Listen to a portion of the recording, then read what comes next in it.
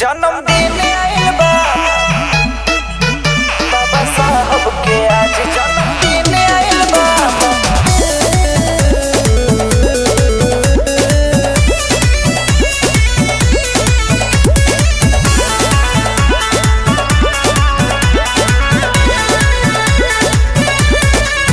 बाजे ढोल नगाड़ा शुभ दिन आइल बा।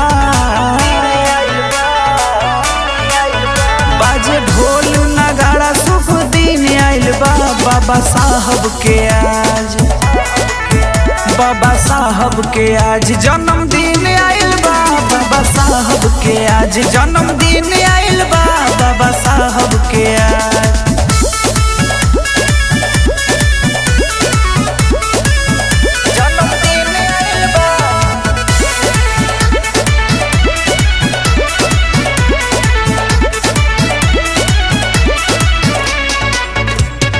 जग जयंती मनावता हो, फूल बरसावता हो, पंचशील में नाचता गावता हो।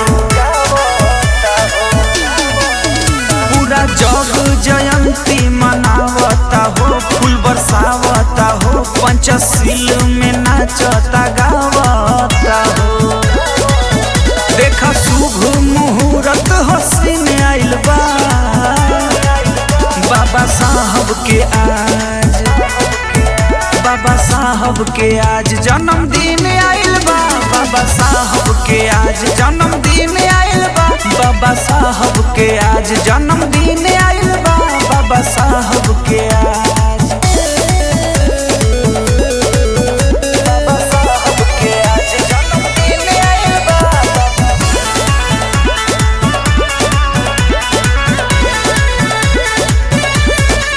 लिखले हमनी के खातिर विधानवानु हो, संविधानवानु हो, आज पूजता सगरी जहनवानु हो।